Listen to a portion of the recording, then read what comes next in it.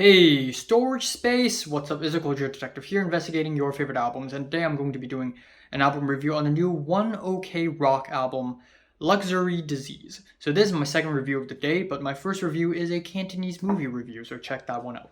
But yeah, so Japanese rock band One OK Rock is back with a new album. This is Pink's favorite band, and yeah, apparently a Japanese classmate I know from school, from college, also liked this band.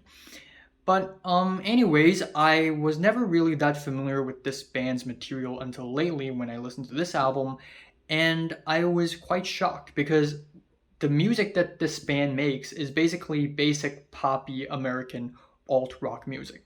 If I listen to this music with a blindfold on and you never tell me that they're from Japan, I wouldn't have known they're from Japan. I would have guessed they're from frickin' Ohio or something.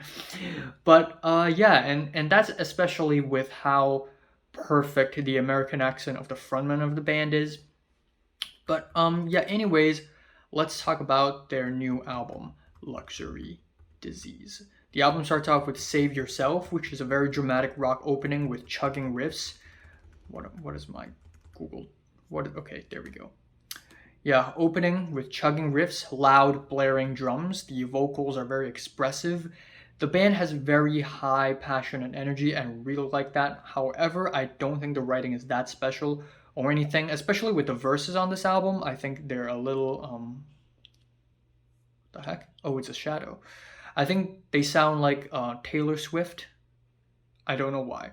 And then we have the second track, Neon, which is a super bloated, loud, explosive pop rock anthem with the boom, ba boom, ba boom, ba boom, ba boom rhythms, and also the very epic theatrical choruses that sounds like the latest Panic at the Disco album. And that's kind of funny because in reality, Brendan Urie did help this band write the chorus for this song. So who would have guessed? Then we have the track Vandalized, which is another really dramatic song with glitchy productions. I think the chorus of the second verse is incredibly smooth, especially when he just perfectly switches from English to Japanese. That's really nice, but still overall instrumentally, this track is really weak. And then we have the track When They Turn the Lights On, which is, I think, one of the better tracks on the album. It's another theatrical rock anthem with a quiet intro, a Queen-esque guitar solo. But what I like about this track is that the band really commits to this style. Like, they really are really into it. They really put in the vocal chops and the guitars and the drums and everything. It's really dramatic, and I kind of like that. That's followed with Let Me Let You Go, which is a pretty basic American pop rock track.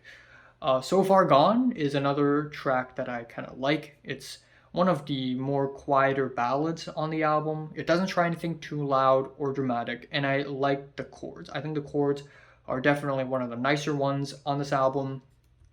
Alright, Prove is a very digital, sterile sounding pop rock song. It's kind of like Linkin Park's later stuff, but Japanese, so not really all that great.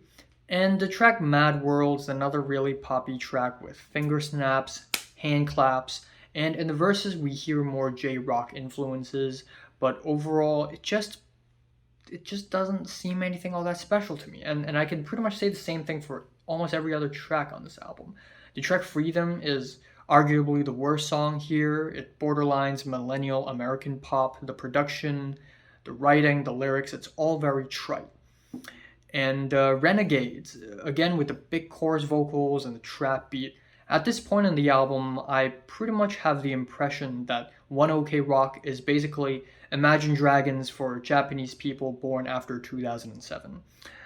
Anyways, we have Out of Sight, which is another average pop punk cut, and we enter the last leg of the album after that. Your Tears Are Mine is another ballad track, but this time the production is really rough, especially when the jagged guitars are layered with the vocals. I think it just doesn't sound good at all. Wonder is a pretty straightforward rock track with some blissful and nostalgic chord progressions, and even though the chorus is a little bit repetitive, I think Wonder is definitely one of the better tracks here. Broken Heart of Gold is a really, really dramatic song, except the instrumentals and the performances I guess the performances are dramatic, but the instrumentals and lyrics do not live up to the drama of the song. And finally, the album ends off with Gravity, which is an epic finale with spacey, banging drums and screaming synths. It's just one final Hail Mary. And again, the drama is just too dramatic.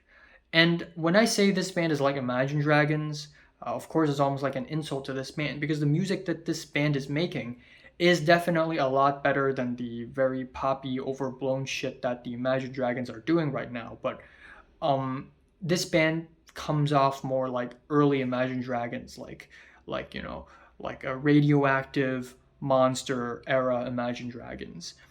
Yeah, not really great. Doesn't have in terms much in terms of personality. Kind of trite, kind of cliche. There are a couple of decent moments here and there, and I would totally understand why someone, especially someone who is not like super well versed in music or anything, would like this album. The energy's there, the passion is there, but it just doesn't really wow me or anything. It's just very basic and overly dramatic. I'm giving the new One OK Rock album, Luxury Disease, a strong 5 out of 10. So, have you listened to the new 1OK Rock album from 1 to 10, which is great? Like, and subscribe if you want more, and thanks for watching.